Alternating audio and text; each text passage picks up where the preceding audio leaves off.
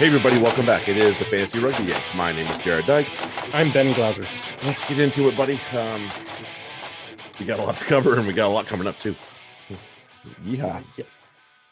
Let's get into it. I'm cracking beers. Let's do that. I am having a vodka tonic because I'm out of beer, and I've had a rough, full day worth of meetings the last 3 days. So it's an extra special day. So it's vodka. Good luck. Yes, I wish myself good luck. See Ben tomorrow. It's not a lot of vodka, so for me. So buy our good friend George a coffee.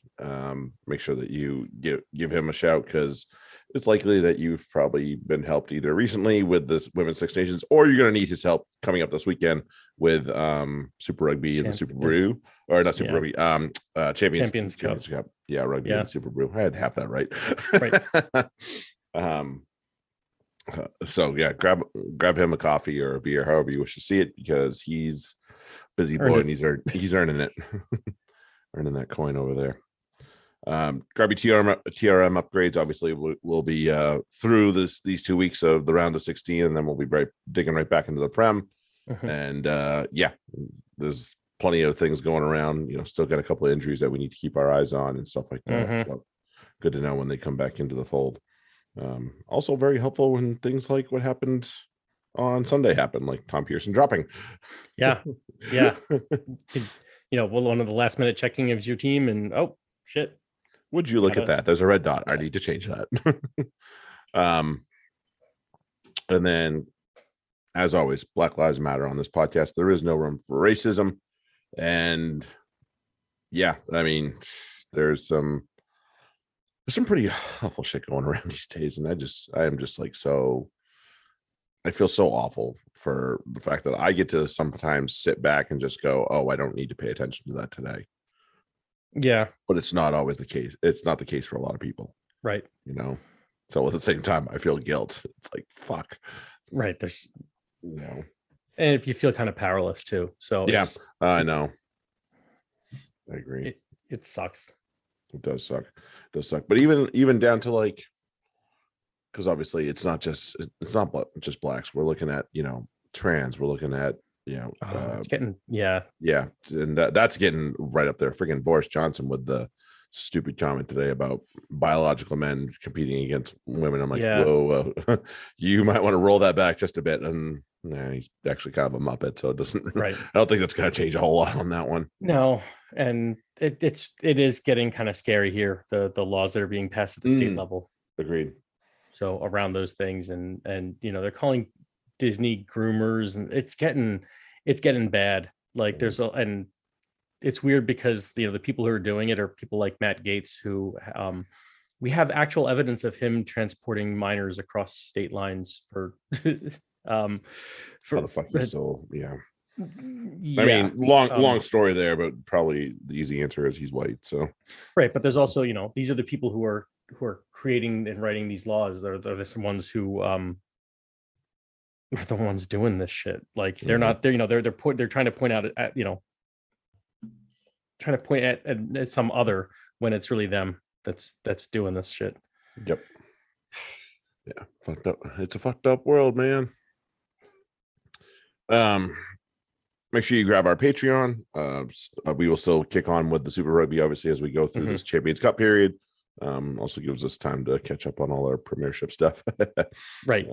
And maybe add some functionality to some additional features that I've been kicking around old duder's head. So stay tuned for that. I might hold off for the rest of this season. Yeah. And introduce them next season. There you go. I might teaser.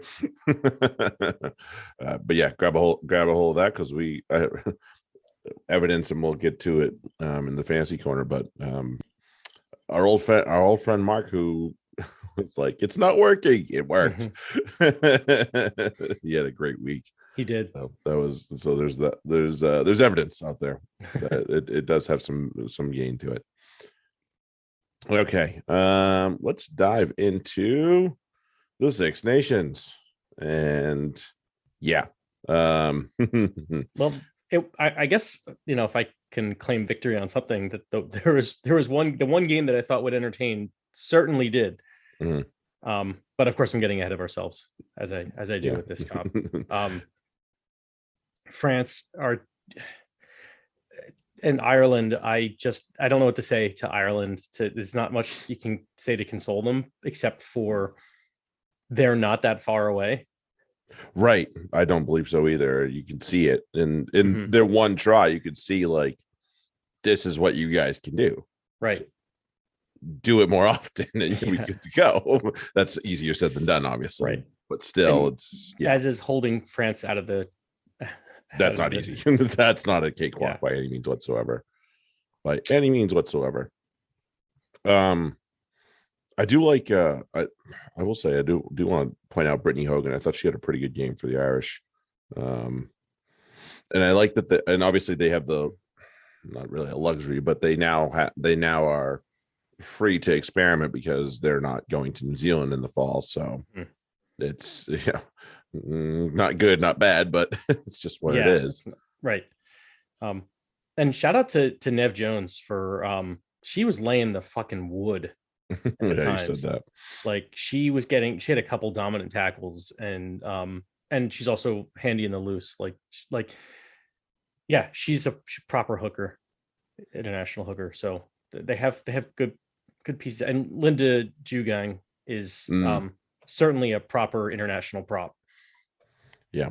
So the pieces are there, and Nicola Friday had a good match. So really a lot of good things happening on the Ireland side. It's just tough to see when, Sansus is putting a couple over and Duran is everywhere. Yeah. And then, what's her face fall? She's she plays 57 minutes, but she's a monster. Right. I mean, they took her out because it was like, okay, she, there's no need to there is no need to keep we don't need you for this match anymore. Let's go do something else. They're good. They're fantastic. And they freaking build Druin at 57. Yeah. Well, I mean, it's interesting. Wow. You mean you're blowing up a team and you get some younger players in there. You change up the lineup a little bit because, maybe you never know. There's injuries happen at any time. It might be good to get somebody else in, a run instead of, not playing players. Anyway, sorry. Got distracted by someone else. Something else in there, right? And because the young scrum half, they brought her in too. That was fairly. She obviously started last week, but that was her first cap, I believe. Maybe I got that wrong, but yeah, Shumbo. So, but yeah, I mean, to come on for Sansa was just like really hard act to follow too. It was so typical French that they picked Sansa almost as soon as she came off too as player of the match. I was like, there's a lot left. There's 20 minutes left of this. You sure this is the one you want to go with? I mean, it was a fine pick in the end, but still, it's like nothing wrong with it. It's like, really, just again, just so freaking French. Yeah, let's do it early. Call it. Right. Good Lord. Wales, Scotland. What a banger. My goodness. That was awesome. That was entertaining. Freaking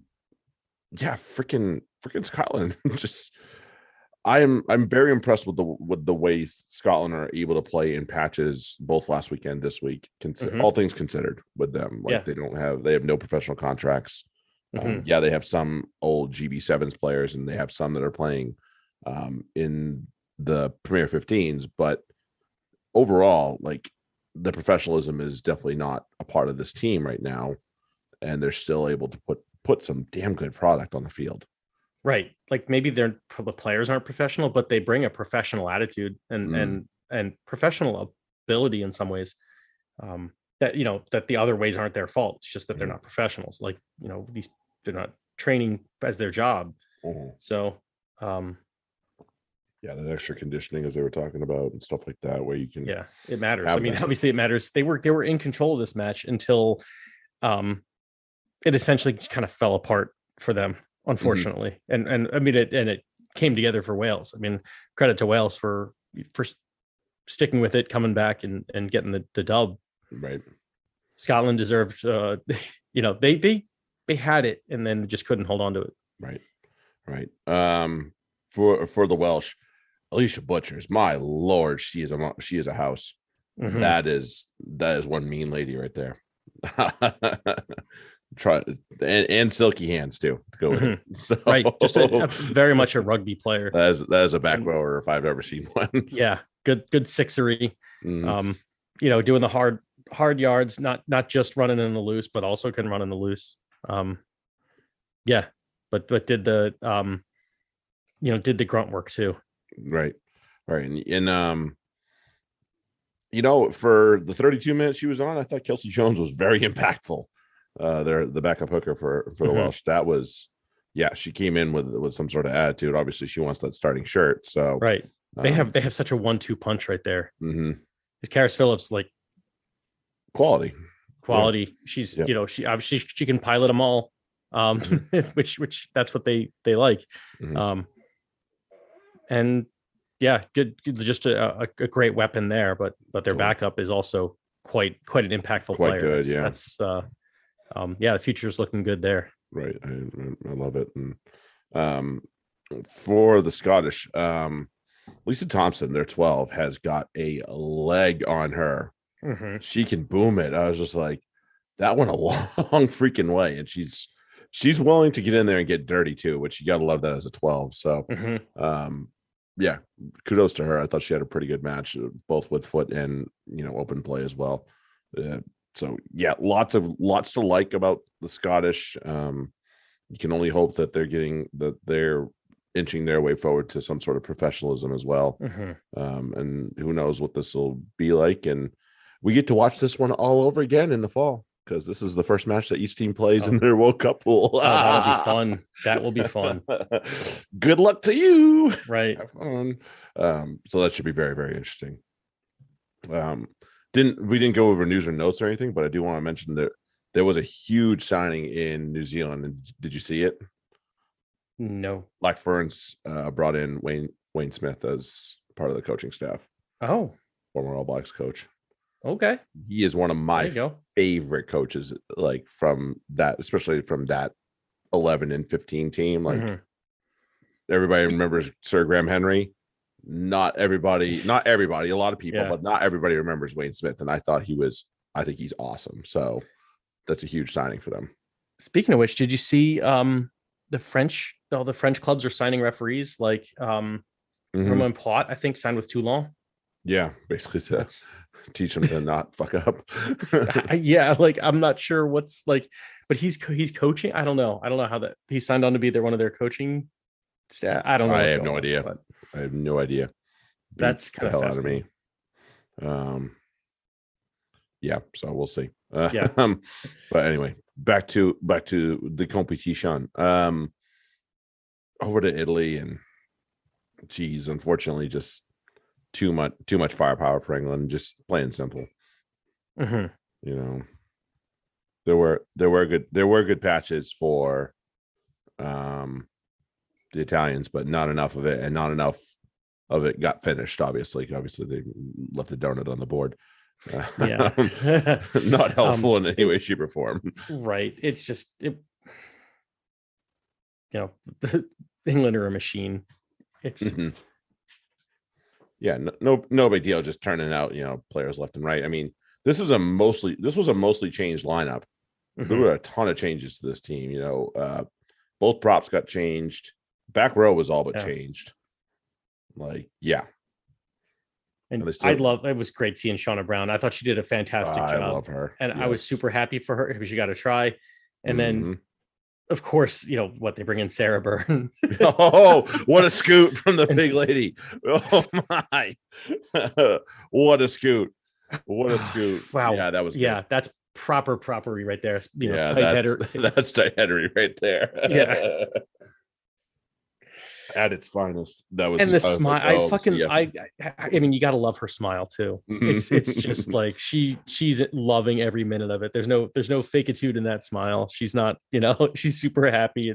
She's enjoying what she's doing, and that's you're a good prop when you can be smiling out there too. Yeah, shit. It's not you're never in a really that good a mood, but when you do stuff like that, you are. Sometimes not. Yeah. Sometimes you're like, where the fuck were you? Can I just offload so I can stop fucking running? No shit. Do. All right. Let's jump to our friends in the Prem, and let's go to the boys on Friday night, Sale and Series. And I mean, which team scored tries? Right. That was it. That's really, and it is very cliche at this point, but at the same time, like, it usually works out that way more often than not, like 90% of the time. Mm-hmm. So it just annoyed me that, like, yeah, but like, did it. It just annoyed me that Saris only attacked once in the first half. Really, it was a bad half. It was a very bad half. They attacked one and they scored a try off of it. Yep. And it's like, but then the second half they come out and they're like, all right, let's just go back and calm it down a little bit. It's like, just fucking run on them. They're not that good. That's what the Saris really played down to Sale in a lot of ways. Sale, obviously, they're not at their best. They don't have AJ and Robert Dupria is not where it's at. That's not a good 10. That's all I know. And so, like, there's going to be defensive breakdowns, especially outside, on the outside, and they just never really threatened that way. Yeah, no laws in this match, by the way. No laws at all. Ain't no laws. Yeah, like the challenges on Faf and Alex Good, and there's that late hit on Morrow. Yeah, just like, whatever, it's all good, just play on. Let's just play on. I will say that the moaning of Austin Healy has got to stop. Like, good stop. Lord, it really does. It's a new tackle technique. No, it's not, you idiot. They're both just trying not to hurt each other, for God's sake. Like, good Lord. You can probably penalty only in both cases, in all cases, really, even down to the good one. But here's the thing, though, with the Aladavius, where he got lucky. That could have been easily a card. Oh yeah, he could have easily caught him in bad in news. the end, it was a 3-point penalty because they kicked a penalty right from that. And it's like, what if you'd carded him? Would they really have gotten more than 3 points anyway? Like, probably not. I mean, I know that's not good justification, but the point is, at least he was consistent. Like, it's not as though like the laws were inconsistently applied. It was, if you hit a guy late, then all right, you'll get a penalty, and that's it. Yeah, and that was it. That's really what all that came out of it. So yeah, you can argue it back and forth, but really, I think we can all agree that one team wanted to attack for the brief periods that it did, right, and the other team kind of less so, and that's how the scoreboard read. Right. And so whatever else doesn't really matter, because one team went for it, one team didn't. There you go. Yeah, set and match. Also, Luke James, did you not see what Ben Earl did to Manu Tuilagi? Yeah, don't go that way, dude. Did you not see that? Just hit him from the side next time. Yeah. I love that thing too, like the bounce, and then afterwards you could see them after the match having a good laugh about it. They knew it happened. Right. Boing. Yeah. Although he did kind of make up for it with that he just smushed Daly. And then took his line and just kicked it too far for Reed. That was their only chance at a try, and it came, that made me nervous until I looked at the clock, and it was like 77 minutes, and I'm like, oh, you have no shot at this, so it doesn't matter. Yeah. Like, you could have scored that try, you're not winning this match. Yeah, that would have been a lot closer, obviously. Yeah. Yeah. So that's how it goes. Series all but clinch a quarter semifinal spot, excuse me. So onward and upward, you'll probably see the series put out a rags team against Breve this weekend, and should they win, then fine, they'll continue on putting out the Shags, and that's how that'll be. There won't be anything. I wouldn't expect to see. It's not like their Shags aren't insanely talented. If they really want to run on teams, they still can. Right. We definitely have seen the good ones that they've got. Yeah, because they're still going to have like quality, players who could start. Like you'll see Obotoyinbo, you'll see Shagan, you'll see Theo and guys like that, right, who can fucking play, and Manu, who's not a half bad 10. So no, not a terrible 10 by any means. Yeah, so he's definitely playing 10 this weekend, I would say. Yeah. Up to or down to which direction it is. To Six Ways. It's probably down from Sale actually, because it's like one of the most northern teams. To Six Ways, where they made some signings this week, and that's really the only news from them. Yeah, for Worcester, unfortunately. This was not. I will say the difference between the two teams over the season is Newcastle have been fairly consistent in the fact that they've just been very, very close a lot of times. And Worcester have been very peaks and valleys. They've been like great game and crap game, great game and crap game, and not always in alternating order. But point being is like they come up with a good one and then they don't usually back it up with another one. So that's the problem.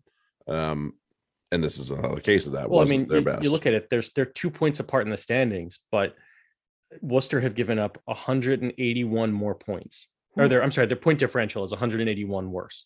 181. Newcastle are negative 127, which, that's going to happen when you get 13 losses. Correct. But that's averaging less than 10 points a loss, not including your wins. But Worcester, on the other hand, negative 308 point differential. Yeah. With 14 losses, you're averaging like 20 points, a 20-point loss when you lose more than when they lose, they get tonked. Like this. Yes. Yeah, like this. Like this.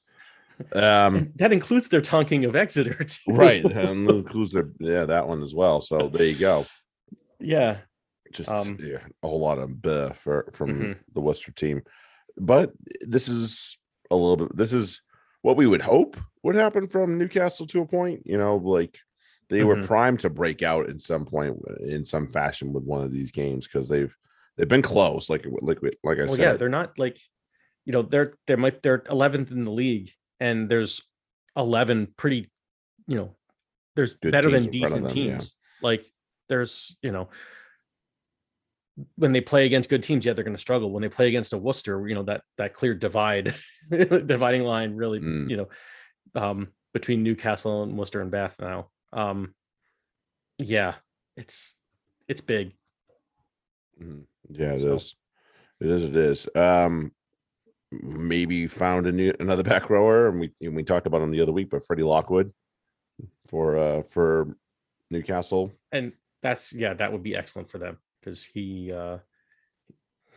young, he's got a long way to go, and he's mobile. Like he's more than just what they're getting from their other back rowers. So it brings another dimension to it. Right, and at this point, I'm not sure they have a really proper number 8 to go forward with, so might be their guy. Who knows? Right.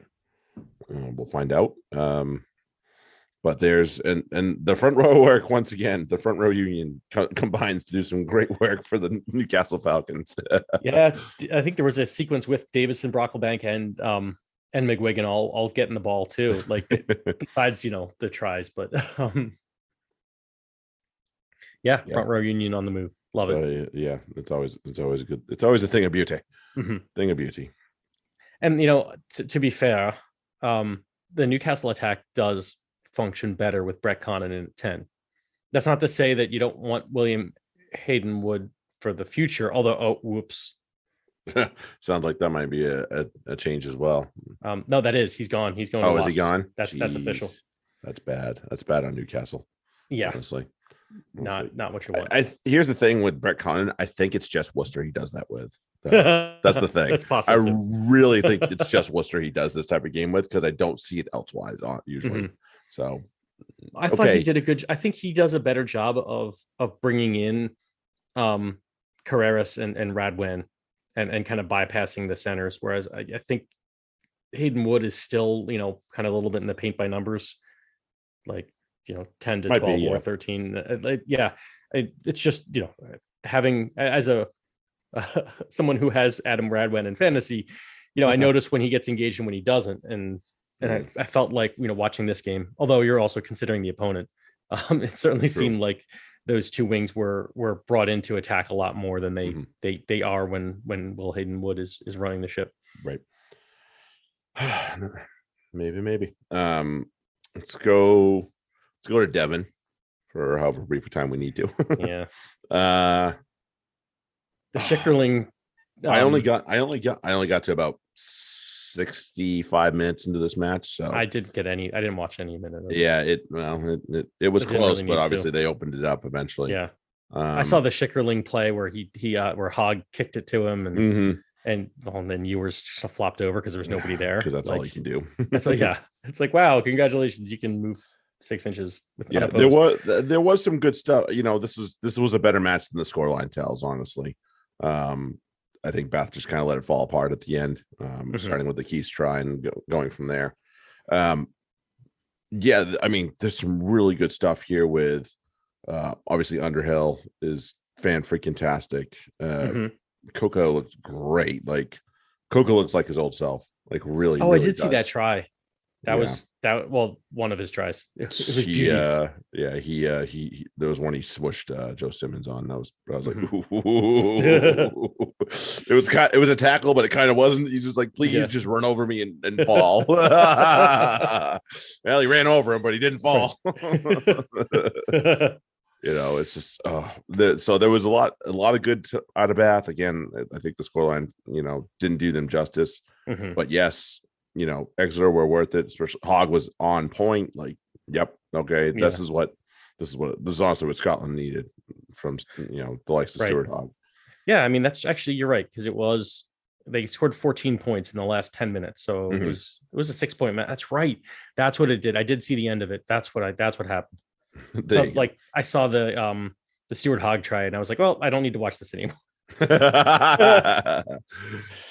And there's that. And that's yeah. It was, we've been talking about Bath, how they're getting better all year. They're obviously getting healthier. Just this is twice they pushed Exeter, but just haven't quite got the job done. Exeter, it's still not the prettiest rugby, although this wasn't bad. This match in particular, but yeah, still some of it I'm like, what the fuck? And there's like, and somebody was giving me holy hell for being a proper series fan or whatever the end of the week, and I don't give a shit what team it is. I wouldn't care so much that Exeter and Series have done battle many times in finals. That wouldn't bother me so much. It's you look at Quins and Series, they're natural rivals in the Premiership. I freaking love watching the Harlequins. Like, it's not about the club. It's about what the hell they're doing on the pitch. And yes, do I want to make side bets with Quins fans like George every time that comes up? Absolutely. Yeah, because it's fun. Because it's fun and it makes it fun. Interesting. Right? Yeah. But I want to watch a team that's actually going to freaking play some goddamn good rugby. And yeah. There were times where Exeter did it, especially in their double year. But overall, it isn't. Right. No, that's the funny thing. Like, they played expansive rugby that year, especially in the Champions Cup. Like, real expansive. And hey, if you want proof, you can go back and listen to us talking about them then versus how we talk about them now. Like, I like that there's kind of if you really want to go see the archives, the receipts are there. Yeah. We got them. We appreciate when Exeter, the few occasions, maybe the 2 or 3 times a year that Exeter actually play proper rugby. It's just, it's one of those, they have like a Ravens vibe to them. Like, they're just kind of pricks for the sake of being pricks. And they don't really play a style that's going to win in the playoffs. Like, they'll, because as soon as they run into a team that's, halfway disciplined, they can't run their primary attack, and they don't really have a secondary attack because, again, there's no expansive to their game. Like, 95 times out of 100. So, yeah. So that's more, that's more what I'm looking for. I wouldn't, if it was, if it was any other club, they were playing like this crap, I wouldn't be happy with it. No, I mean, listen to us talk about Saris when they play the way they played on Friday. Yeah, it was rough. Like that first half was absolutely garbage. No question about that. Yep. Bar the one time that Ben Earl was able to fucking score. Like, yeah, but that just makes me more aggravated. Annoyed. You can do that and you choose not to. Are you fucking kidding me? Absolutely. It's like, you know how to do this already. Why are you not doing it? Let's go. Come on, man. Fucking hell. So yeah, no, right, don't care about club, care about what the hell they're doing on the goddamn pitch. Let's head down to Franklin Garden. Yeah, let's do that. Saints, hooray, Bristol, Saints. I'm watching them right now, as I said, take down the Saints. Except well, look, no. They took down Lewis Ludlam. I saw them do it. I saw 7 of them do it while he was pushing them over the try line. Pat Lamb tears his hair out. They took him down. Oh shit. Yeah, this is more what I was hoping for from Saints going forward here. Yeah, this is proper Saints play. Yeah. Rory Hutchinson is back. My goodness, that boy is back. Yeah, this is the one that they needed like mid-season that just didn't show up. And man, he is back with a vengeance, and I love it. Did you see their tweet about the homegrown players? I haven't, but okay. So hold on, let me get to it. It's fascinating because they said, let me go back to it. Do. Sorry, I was trying to lead into it, but it was it was just describing each of their tries. Oh, there it is. So each of our 5 tries against Bristol were scored and assisted by an academy produced player. Collins from Hutchinson from Laws, Ludlam from Furbank, Freeman from Dingwall, and Collins from Freeman. And good to see Tommy Freeman back. Damn. Not good for Bears. No, obviously not. The Bears probably wish he'd stayed on the shelf because he was red hot when he got hurt, and he is back, and that is just terrifying for every team that has to cover that doesn't know how to cover the back 3 well, because Furbank is a threat. Let's not deny it. When he's on form, he is definitely a threat. Tom Collins is on one right now. I don't know where the hell this is coming from, but he's on one. You have Freeman. Skosen is good when he's good. So right now he's not that great. Right. So you have and Slateholm. We still have Ollie Slateholm. Yeah. Like that man is lightning. Like, and you still have Hutchinson and Dingwall, and when he gets healthy, Matt Proctor. Like, the Saints rival the Quins for backline talent. It's not come together quite yet. But fuck, that's just it just, what do you do about that? They're going to be a problem if they can. I would love to see them finish top 4, because I mean, fuck that Leicester, Saris, Quins, Saints, any one of them could win, and it's going to be fucking. It would be awesome. Box office rugby, just like last year's last 4 were a lot of fun. This could be the same, although instead of just the one Bristol versus Quins, you'd get like two fucking bangers. Yeah, that would be a damn fun one, just the same. Imagine a Midlands derby as a semifinal. Ooh, no tension there whatsoever. And a London derby. Yeah, on top of that, right? Yeah, I mean, you want to put entertainment out there, that would do it right there, no doubt. Damn, I agree. And also, I think we can stop with the. Oh, never mind. We'll go back. Never mind. I was going back to Rob Baxter, and I don't want to. Oh, fuck him. Yeah, we don't need to go there. Let's go over to Kingsholm instead, and a very interesting one to say the least with Gloucester and Wassa. It took a while to get going, but eventually we got there. Gloucester play with fire way too much. That's we saw that their first match against Sale held on by the skin of their teeth or something like that. Something like that, yeah. Like they've been playing a lot of games where it's just they can hold on, but Wasps are dangerous, and they can bite you, and they did. I agree. Yeah, it's really they just kind of do it to themselves, and I have such mixed feelings about Ben Meehan. And this is one of the games that makes me feel like, oh, he sucks, because he was not good. And I get the added benefit of having a player that can kick off both feet. I do, but sometimes the suckage is not worth it. But here's a funny thing: there was only one good scrum half in this match, and to me it was interesting that we've seen for the past, and we talked about it last week, which is funny. So it actually worked out. They started Will Porter instead of Dan Robson. Porter was not that good. And I was like, Porter looked at this, for in his time, the way Robson has looked as a starter recently. And then Robson looked as a sub the way that Porter has looked as a sub recently. So it's kind of fucked up there. But there's also the fact that they're still pricks, both of them. And they're still, it's Porter's been learning from Robson at training on how to fuck with the other team's scrum half. Definitely. So to me, it's not really much of a surprise. I don't really hold it against me in this one, because Chapman came in and fucking sucked too. Like he's been a spark plug for them. He comes in and it's a firecracker down. And as soon as he came in, I was like, oh, that's it. They're winning this game, because he's going to come in and be a danger man. And he just fizzled. Yeah, very much. So no disrespect to him, but it was just, it didn't click. No. As much as it might not have paid to be a 9 in this match, it didn't pay to be a hooker in this match either.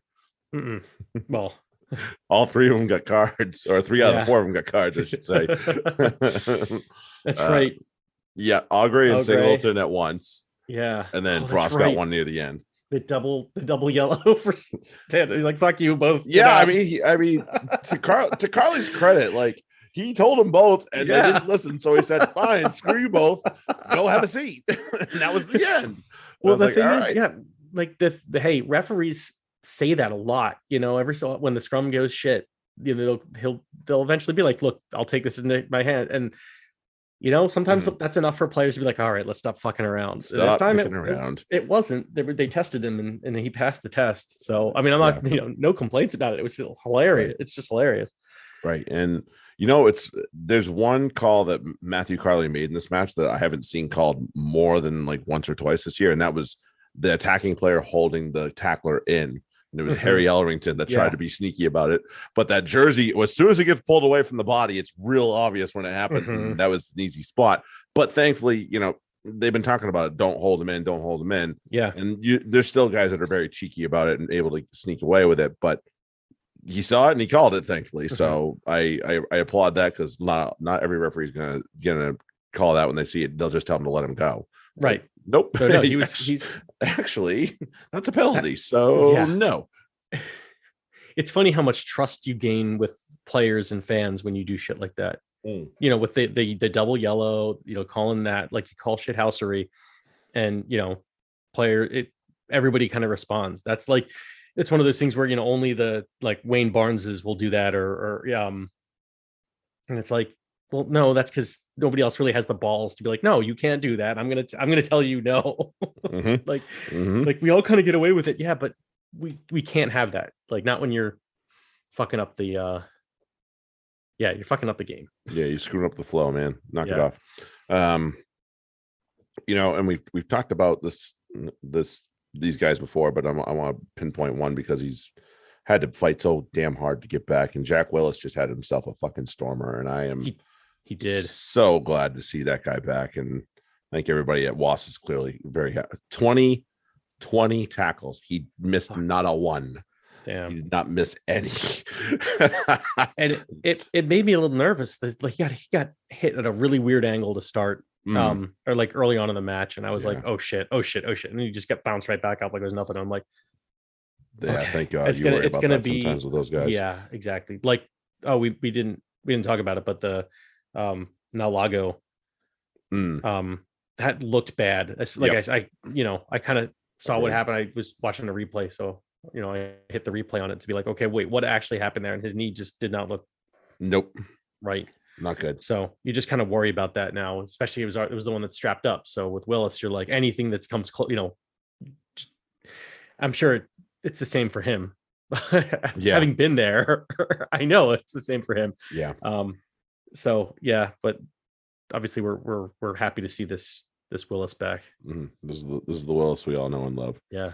And the steal at the end from Via Fafita, like that man is a giant, and he gets up there so freaking quickly sometimes. And it's a ballsy ass move to do that on your own goal line. But man, if you do it and you get it right, it is obviously very beneficial, especially in this spot where they were able to just call it a game. But damn, right. That was, I mean, that is one where you just yeah. I mean, that's one where you're like, we have this. You don't call it unless you know you've got it. mm-hmm. You know, if you were, and they did. They were messing with the line out the whole time. Mm-hmm. Might as well. Nope. Right. So good stuff from the Wasps, and they're still got some hopes alive for them, but I don't think they're going to get there. But still, at least keeps it interesting for them for a little while. Mm-hmm. And then over to Brentford, and both teams wanted to attack, but only one was able to finish. And that was pretty much the story of the game. Yeah, it reminded me a lot of last week too for the Irish, where they scored early and then they just gave up a shit ton of fucking points for no real reason. Mm-hmm. Yep. Like that their defense is just awful. Yeah, they gotta fix that. I don't know where the problem is, although I have a feeling that it's the fact that Rogerson and Tuisui, like Gonzalez can fucking move, but everyone else is just, they've got like Exeter syndrome. They just piano don't back. have. Yeah, they're just like, I mean, shit. Their two best runners, well, two of their three best runners, Gonzalez is pretty good himself, are their props. Yeah, it's really terrifying. And it's like, and Hoskins can scoot a little bit. But Goodrick Clark's all right. He's kind of handy. Right. But like, that can't be your weapons. No. It can't be like, oh, cool, Hoskins is getting the ball. Maybe something good's going to happen. Like, that's not, yeah. Not good. And on the other side of it, you have a team with 4 natural centers in the team, and they're attacking like everybody plays wing. Yeah. And they made them look that way too, honestly. Like they did. Yeah, like shit. They even no credit Tizzard away from the Twins, but like yeah, a wing. I know. Yeah, I love seeing Tiz out there. That's a big one. I'm licking my chops every time this is gonna go well. Yeah, I'm in. Big day for the big boy. So yeah, it's Quinn's picking right up. We were talking about last week how with the gelling and the reintroducing the no, not a problem for this one. No. Not a problem for these guys. They're good to roll. Hey, do you know that Hugh Jones is a 15? Apparently, news to me. But hey, okay, he did that job very well, and yeah, he did right. All right, we'll see what happens if the team that actually plays. See what happens if a team actually plays defense on them. Yeah. Who knows? But just the same credit to him for stepping into that role and making it feel like he had always done it. Yeah, I can't wait till Rona comes back from his injury. I think he was. I don't know. At least the way he hasn't been playing. I see that there was a Rona in the lineup. I didn't see him on the field. No, he's been kind of a ghost lately. I have no idea what the frick is going on. No, I don't get it either, because Rensburg, like, you'd think that Van Rensburg and the gap, like, you see the way that the Quinn's 13s are playing, there's no reason why Rona didn't have that, that kind of game with Esther. Van Rensburg's their Esterhazen. They use them the same exact way anywhere they want to, where they really want some physicality. That means he's doing that job really well. So there should be more openings, and I'm not seeing people taking advantage of that. No. Also, I saw people holding shit against Ali Hassel-Collins, and it's like, no, part of like the try that went over his head. That was Rona tackled down. That was right. He got assholed by his outside center. People are blaming him for it. It's like he got caught in the middle. He had and he did the right thing. He defended the inside man. Yeah, because he's the more dangerous player, and he made Marcus Smith make a ridiculous pass. There's nothing more it's Marcus Smith, so he did it. But Not everybody's going to make Hassel that Collins pass. did everything he could for that play. It's not his fault that he got kind of assholed out there in a 2-on-1 situation. Yeah. Mm. And a couple other times, Out it's to dry, like as it were. he got hung out to dry by his team. That's not his fault. Right. So don't he's the one who looks like the asshole, but that's only because someone else was being selfish and didn't want to be anywhere near that situation. Yeah, look at what else happened in that play too, because it's not always just that guy that was there. Yeah. Not always, at least. Let's jump over to the other side of the hemispheres. Friday night or Friday morning, whatever you want to call it, Crusaders and Highlanders. Highlanders had chances, man. Like they did. Geez, how many chances do you need against this team? Where was the Crusaders team last week? Where was this? They were. This was not very them. not dangerous. Yeah, this was not them, and making mistakes and just like really, in a lot of ways, uncharacteristic mistakes. And yeah, the Islanders took advantage, but they just couldn't. They just couldn't get the job quite done enough. It was just so freaking close, right? Every time. I mean, Scott Gregory scoring, you probably got a few problems here and there. Yeah, exactly. That's what that was. Yeah. Oops. Yeah, that kind of was a sign to me that this wasn't the Crusaders team that that showed up last week. This is a very different team if they're letting Scotty Gregg score. Right. But it was they kept it close. I didn't finish the match. I think I got like 60 minutes in or so. So I'm shocked that the score didn't change. I was like, okay, I figured I kind of know where this is going, but it did not end up that way. You had like I said, you had some guys that just couldn't finish for the Crusaders, and so goddamn close. And that's one of those moments where you're like, what could have been and all that stuff, because Highlanders are having a struggling season. We all know this. It's not new. It's not really a news flash to anybody that's paid attention to Super Rugby so far this year. And they desperately needed this win. They really did. And it just you got to have it when it's called upon. And then you they even had the chance with the red card. They even, and it was a red. It was a red all day. I was like, that's not gonna work. I think it was Dick Root that was down. Okay, but yeah. I mean, tucked arm is never gonna end well, guys. Just plain and simple. And you and I were talking about red cards, and what about if it's an accidental? Something accidentally happens, they get red carded. I'm like, that doesn't happen very often. Right. Number one, it's usually something stupid that gets somebody a red card, or it's just bad technique. In this case, it was stupidity, because tucking your arm is never going to end well, man. Like, it's always going to end with a penalty or a yellow or something like that. In this case, he made contact, so it's a red. And that's just so. You just never know with these Southern Hemisphere refs whether they're. I know sometimes it was O'Keefe too, so I was wondering. I was like, I'm wondering. He was fair play. He didn't.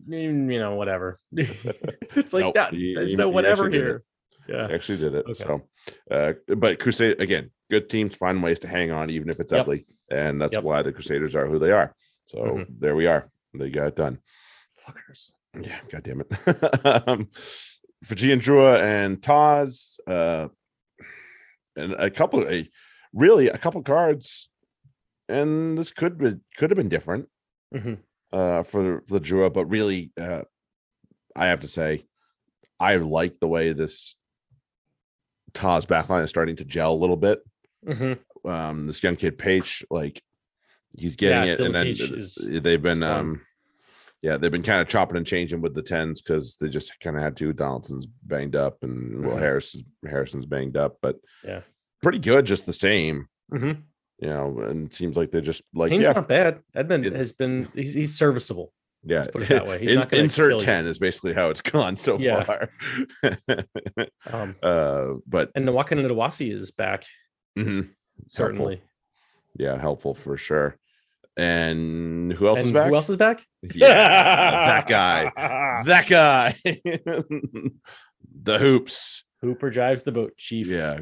I mean, Cridge just held on. You have a feeling that Hoops was on a 40-minute halftime count. So Cridge hung on for dear life with whatever the hell he was carrying. and got over the line for halftime, and then Hooper came on. I was like, "Ooh, man, that looks uncomfortable in a lot of ways. He did not look good. He did not look healthy in any way, shape, or form." And it didn't take Hooper long to make the impact. Nope. And that is exactly what everybody has been missing from the Waratahs, obviously. And I think it's what a lot of Wallabies fans will be very excited to see come back. I'm looking forward to seeing, more of him and Gamble out there. That is just going to be a delight. Yeah. Because Hugh Sinclair shoved into the middle, I think, when Cridge came off. And yeah, not bad. No. Not bad. That's a nice little back row with Harris, Gamble, and Hoops there. And then you have guys like Tizano who are in there. And I think Swinton is supposed to be playing back row for this team, but if he can stay out of the red card territory, that'd be a good idea. That would be smart. Yeah. And I do want to just kind of point out the one guy that just has been lightning in a bottle for Drew the whole year, and that's Habosi. And he showed it again. He showed it again. He makes like their relative they're not just not ready for prime time yet. Again, no disrespect. It's just it is what it is. But for him to stand out the way he's standing out, where everybody knows he's their most dangerous and really one of their only dangerous options, and yet he still does it is such a even more of a credit to him. Yep, agreed. And shout out to Tuidraki Samasamba Vadra, our old friend from New England, getting time down there, which is great. They talked about him being a significant part of it, but he had an injury, so so he'll get back into it. Yeah, and only 54 minutes. That also seems kind of like a pitch count thing, right? Yeah, so good for him. Yeah. Let's go over to Eden Park, and Pacifica got a big win last week, and then they had to eat 2 straight losses from the Blues.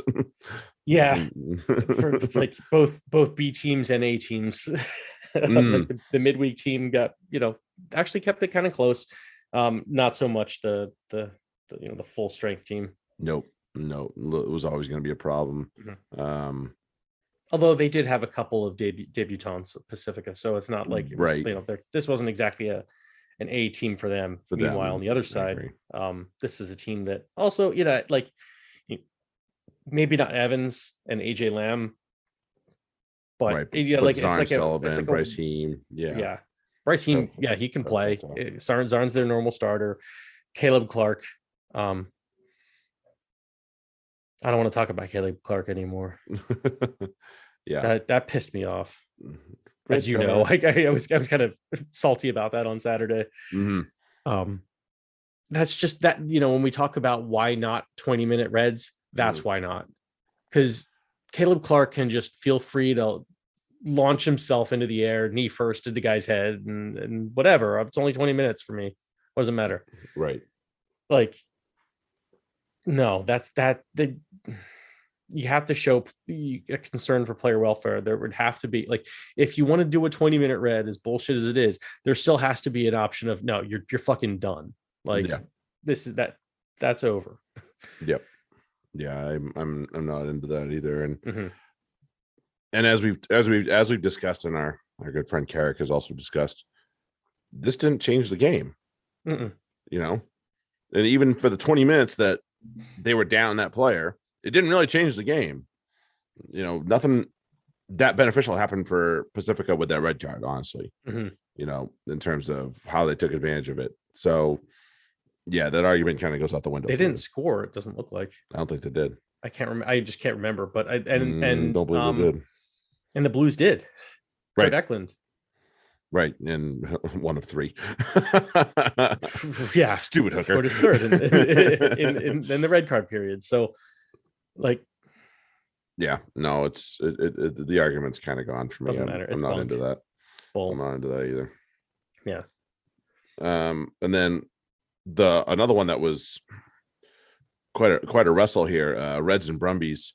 Reds get the revenge on the Brumbies after the loss earlier this year and at GIO.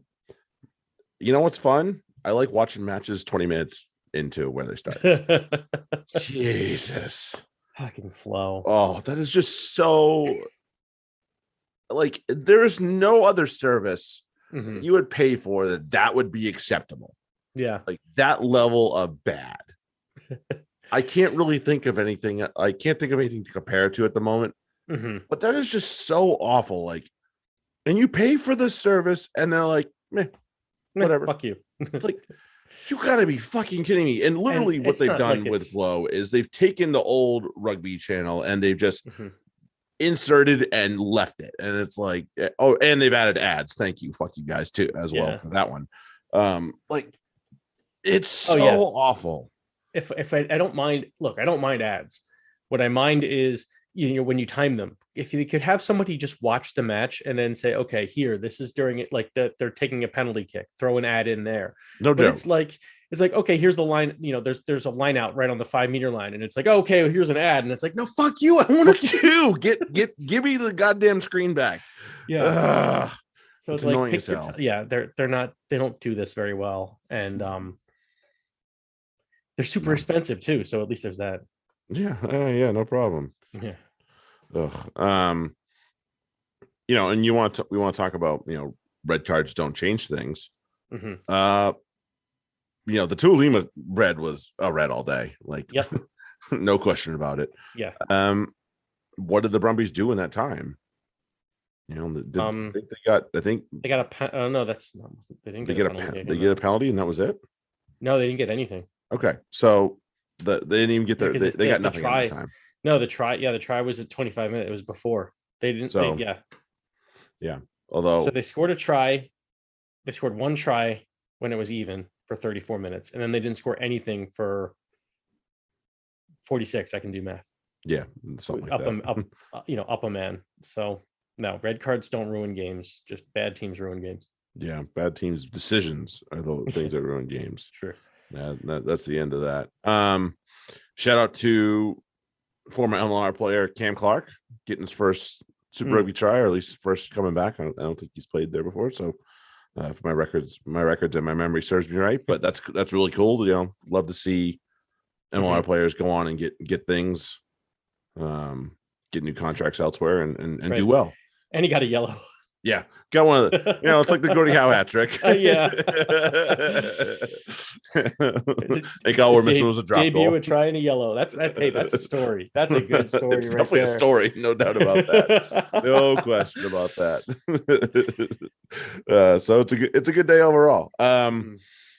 Fraser McWright is so fucking good for the Reds. My goodness, like he was everywhere.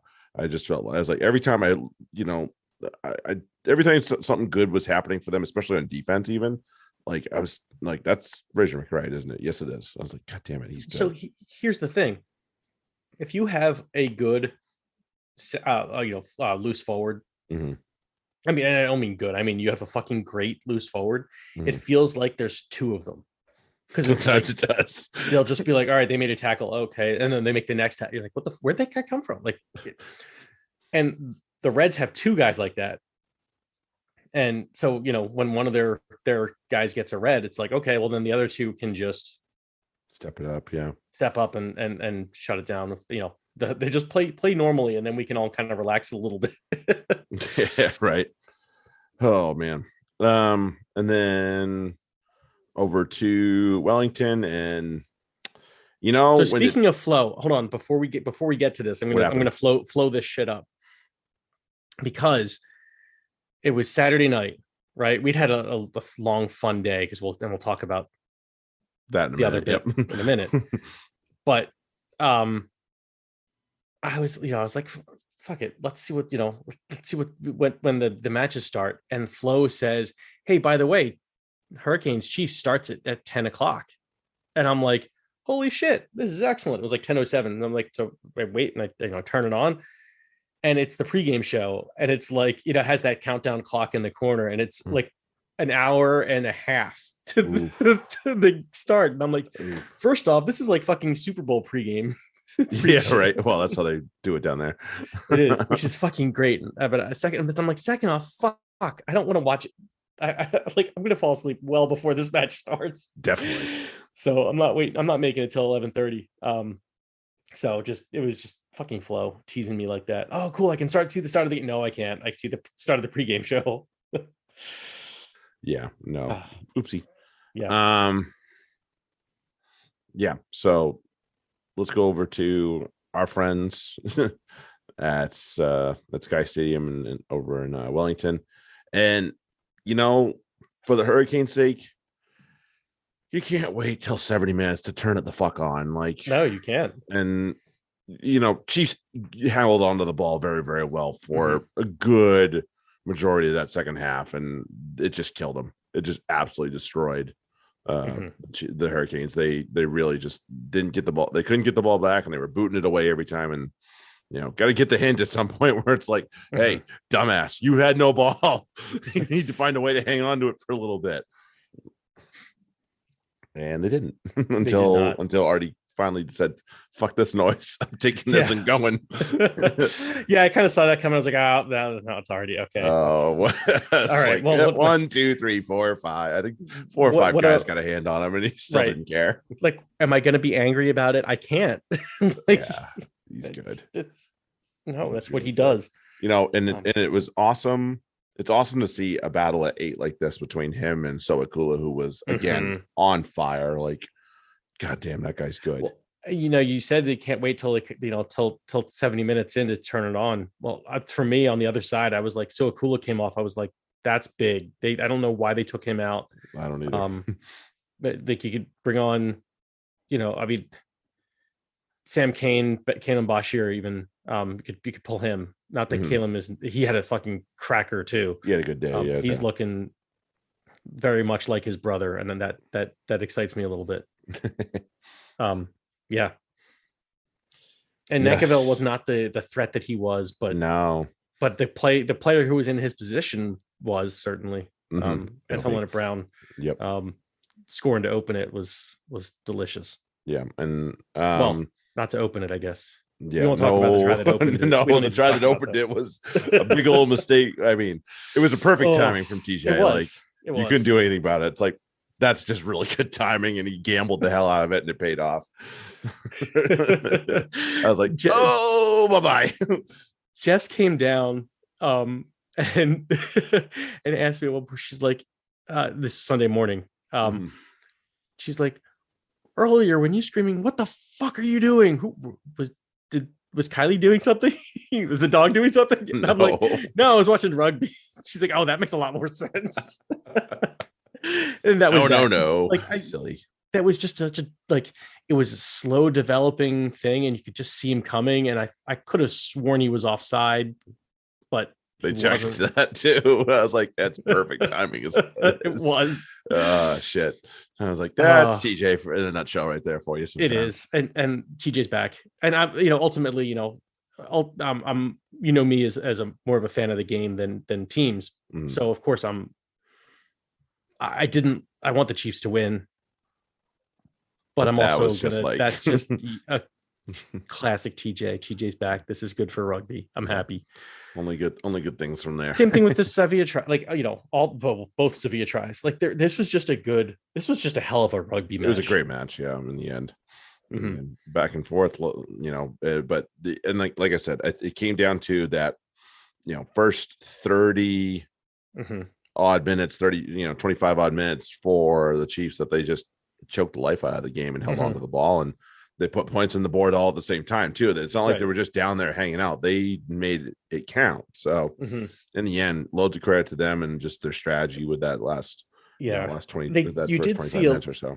You did see a little bit of that, the Chiefs from last week, where they were just letting guys run unsupported and giving. There was, it might not have even been the TJ try that I was yelling. I might have yelled it multiple times for all I know, but there was there's one of the turnovers. I can't remember which one, where it was like, it might have been Quinn, just run into like a triple tackle, and everybody kind of stood back and looked and said, oh, hey, look at them. They're tackling Quinn Tupai. Oh, and they're just going to take the ball. Okay. And whatever. Fuck it. It's like, how about you fucking ruck? Go help your teammate, man. There's so much just staring at it. And it's like, Duplessis, it was a Duplessis Karifi, I think, in one of his early penalty wins. And it's just like, right. Do you know who that is? It's one thing he can do. He doesn't do a lot, but he does that really well. Yeah. Does and that Sevilla really, will really too. well. It's like you like, if anything, they should have been working on clear outs, quick clear outs, because I mean, Sevilla's, they're both smart. There won't, if they get that resistance, they'll know, they'll back off. But it's like if they get zero resistance, they're boa constrictors. They're on that and they're not coming off. Yep. Not too bad in that department. All right.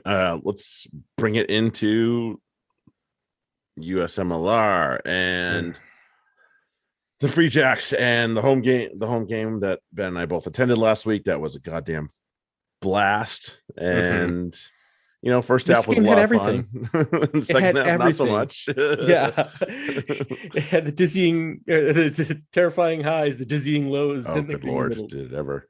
Yeah, I was like, oh, please no. Yeah, we were pretty relaxed at half, and then there were the next 10 minutes were not fun, and they made the rest of the game not particularly fun. No, definitely not. There were some things going on that I was not excited about. Not pleased. Definitely not. No. They just went right to sleep. Defense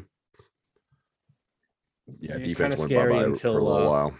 Yeah, until that last try by who DeWitt. was it? It was DeWitt, Foster DeWitt. Yeah.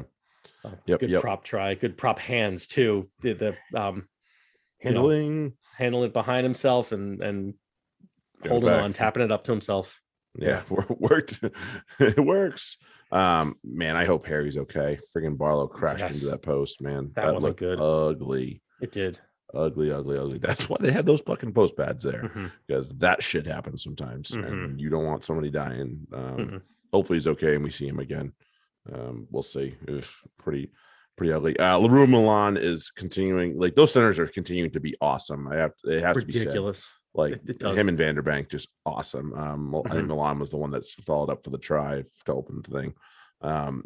But yeah, just really good stuff. And you got to give the kid credit where credit's due. Cam Davidovitz. Wow, good for you, kid. What a match he had. Local product. Yeah, good for him. Really, and I can't imagine what the feelings for him were. Scoring a try. I think this was his second start, or maybe third. Doesn't matter. His first one at home. Yeah. So his first home start, and yeah, what a feeling the kid must have felt. He had a cracker of a match. He had a great match, and it wasn't just the try. He was very, very good. So to say that he got it out of just to be a homer, I think is wrong. He's he's played very, very well, and this was kind of the culmination of it so far. And who knows? Maybe this thing's up from here. There's things about teams where when they have guys step up, and like that, I'm just saying that those teams tend to do well in leagues, and it just seems like there is a lot of that next guy up mentality with this team. I agree. We need a better next man up than Sakara, but please, like he again tackling down and open up gaps. Oh boy, you and I both were ready to throw things on the field. He's you idiot, right? And he could do. It's like he can do some things in the loose with the ball, which is fine. He had some good offloads and some little half breaks. They would have been whole breaks if he was in a little bit better shape. But but they're half breaks, and he still did good things with the ball to then give it away to somebody faster than him, so they could do better things. So yeah, and also, did you see that they released the top 10 tacklers in MLR this year? Oh, really? Who's on the list? Well, the top 3 play for your New England Free Jacks. Hell yeah, they do. McDowell's one of them, right? He's second. Okay. Because they were mentioning he was the leading tackler going into the match. Apparently, Joe Johnston passed him. I thought he was going to be the leader going into the last match, but now he isn't. Now he is. And number 3 is your captain, Josh Larson. Josh Larson, yes. He's not the prettiest boy in the world, but man, he gets the job done. He is a captain.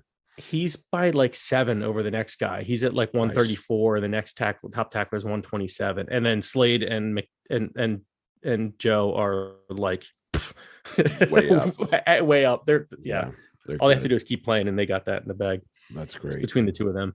Yeah, and then we got one more. There's one more piece of bad news for the rest of the league coming. We're getting better. We're getting better. That's the bad news, everybody. Vian Conradi has been re-signed by the Free Jacks, so he was there at the match. We saw him. Yep, and I imagine, unfortunately, Terrell is going to take a long time off, so they're not sure how long he's going to take, and he should take as long as he needs. That's really awful what happened for him. And so they don't know. This is obviously their break glass in case of emergency plan. And welcome back, Vian. We're happy to have you back, and looking forward to it. Can't wait to see you run wild all over these guys, especially now that it's not just you that they're worried about. They're worried about a lot more. Which is great. So I'm looking there's so much to worry about. Oh, they're so dangerous. I love it. I'm enjoying it. So we'll be back at it again this weekend. Seattle coming to town. Oh, can't wait. Broccoli Man will be there. Yay. Oh, jeez. Eat his broccoli, somebody. Whip around real quick. Utah. We should bring other vegetables and taunt him with them. There you go. That's a good one. I hadn't thought of that one. Bring cauliflower.